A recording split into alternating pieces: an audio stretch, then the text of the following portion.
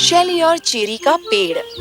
एक समय की बात है, एक सुंदर से बाग में वहाँ लगा था एक बहुत ही आलीशान चेरी का पेड़। चेरी लगती थी जैसे जैसे वो छोटे छोटे मानिक हों। पेड़ से लटकते हुए वो बहुत चमकदार और प्यारी लगती थी। अब इस बाग में एक छोटी सी धौंधी भी रहती थी जिसका नाम था शैली। शैली एक बहुत ही खुशमिजाज धौंधी थी। गर्मियों और बहार में वो तितलियों के साथ खेलती और चिड़ियों को देखती, पर सर्दियों के मौसम की सर्दी में शैली अपनी गर्माहट भरी सीप में सिमट जाती और आराम से सो जाती। जब ऐसी एक सर्द ऋतु खत्म हुई, शैली अपनी लंबी नींद से जागी और अपनी सीप से बाहर आई। उसने बाहर झांक कर देखा, ये सुनिश्चित करने के लिए कि सचमुच बसंत आ गया है, और उसे खुशी हुई कि ये आ गया था। उसने देखा कि सभी फूल सूरज के आगे खुशी से बाहें फैलाए हैं। उसने देखा कि मधुमक्खियाँ फूलों पर भिनभिनाती उड़ी और तितलियाँ फूलों के इर्द गिर्द नाची। वे इस बाग में बसंत का स्वागत कर रही थीं। जब शैली बाग में घूम रही थी, उस सुंदरता की प्रशंसा करते हुए अचानक उसका पेट गुदगुदाया। मैंने सर्दियों में बहुत कम खाया है, मैं कुछ भी खा सकती हूँ। पर इस विशाल बाग में मुझे क्या मिलेगा? उसने आसपास देखा, फिर उसकी नजरें उस विशाल चेरी के वृक्ष पर जा टिकी। ओह, चेरी का पेड़, मजेदार! मैं उसकी मीठी और रसीली सभी चेरी खा लूंगी। उम्मीद है वो स्वादिष्ट होंगी। तो शैली पेड़ की तरफ रेंगती हुई गई और पेड़ पर चढ़ने लगी। जब वो उलझी हुई जड़ों पर पहुंची, तो एक मेंढक झाड़ियों के पीछे से बाहर आया। ये शैली का दोस्त था, मिस्टर क्रॉकी। कैसी हो शैली?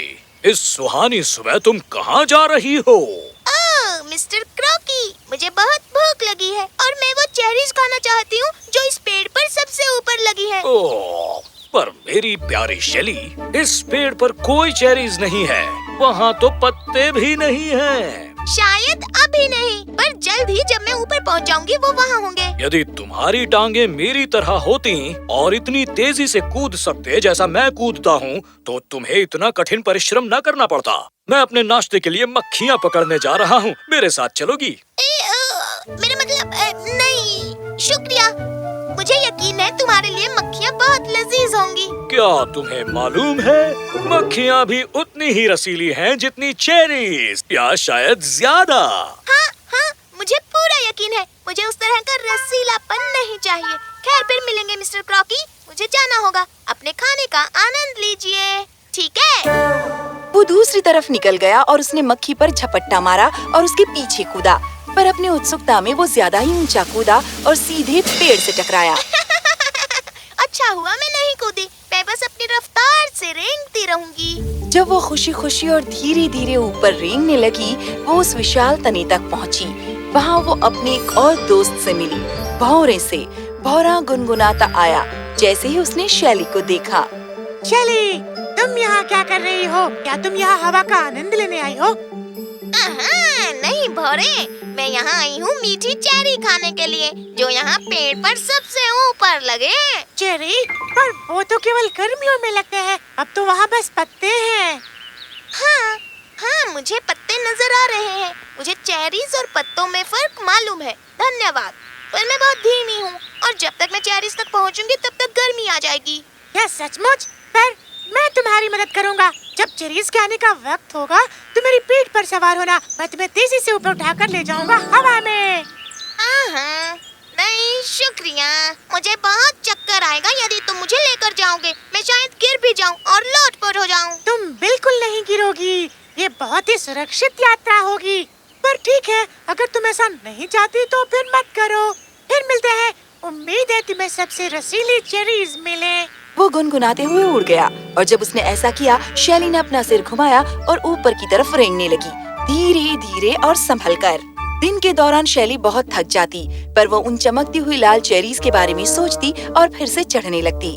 और जब रात आती तो वो अपने शंख में घुस जाती और रात भर के लिए अच्छे से आराम करती, और अगली सुबह वो फिर से अपनी चढ़ाई शुरू करती। मौसम अब धीरे धीरे गर्मियों की ओर बढ़ रहा था और नन्ही शैली ने देखा कि पेड़ में पहले से ही फूलों की कलियां निकल आई हैं। जब वो देख रही थी, अचानक उसे खुद पर एक चुभता हुआ हवा का झोंका महसूस हुआ। ये उसका दोस्त विंग्सी था। ओह, कैसे हो विंग्सी? तुमने तो मुझे बस उड़ा ही डाला था। हेलो शैली, क्या तुम यहाँ फूलों की कलियां देखने आई हो? वो बहुत खूबसूरत लगते हैं।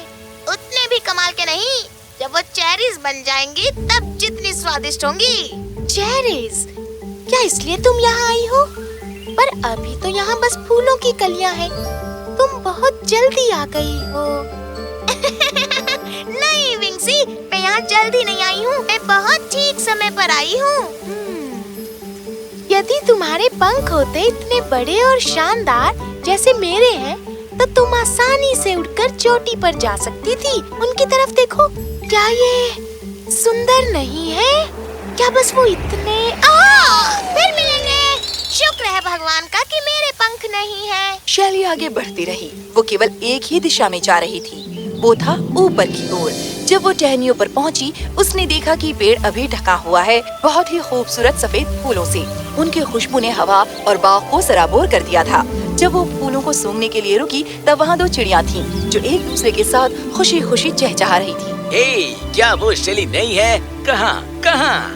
ओ हाँ, ये वही तो है। वो यहाँ ऊपर तक कैसे आ गई? हाय, कैसी हो शैली? तुम पेड़ पर इतनी ऊपर क्या कर रही हो? क्या तुम्हारे लिए ये बहुत ऊंचा नहीं है? Oh hello. हाँ, इससे पहले मैं कभी इतनी ऊंचाई पर नहीं आई। मैं यहाँ इसलिए आई हूँ क्योंकि मैं वो मीठी चेरीज खाना चाहती हूँ। तुम चेरीज के लिए यहाँ इतनी ऊपर तक चढ़कर आ गई? क्या ये कठिन नहीं था? बेशक ये था।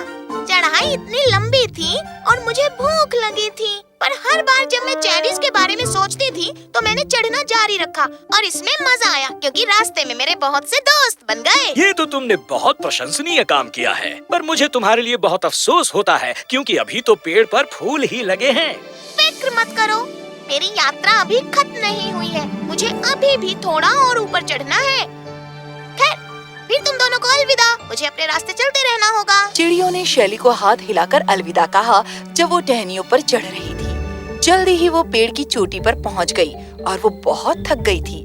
पर जैसे ही उसने आसपास देखा तो वो इतनी खूबसूरत लाल लाल चेरी से घिरी हुई थी जो उसने पहले कभी नहीं देखी थी। वाह, ये सब इतनी रसीली लग रही है। मैं कौन सी वाली खाऊं? मैं कौन सी खाऊं? ओह, इससे कोई फर्क नहीं पड़ता, मैं उन सबको खाऊंगी।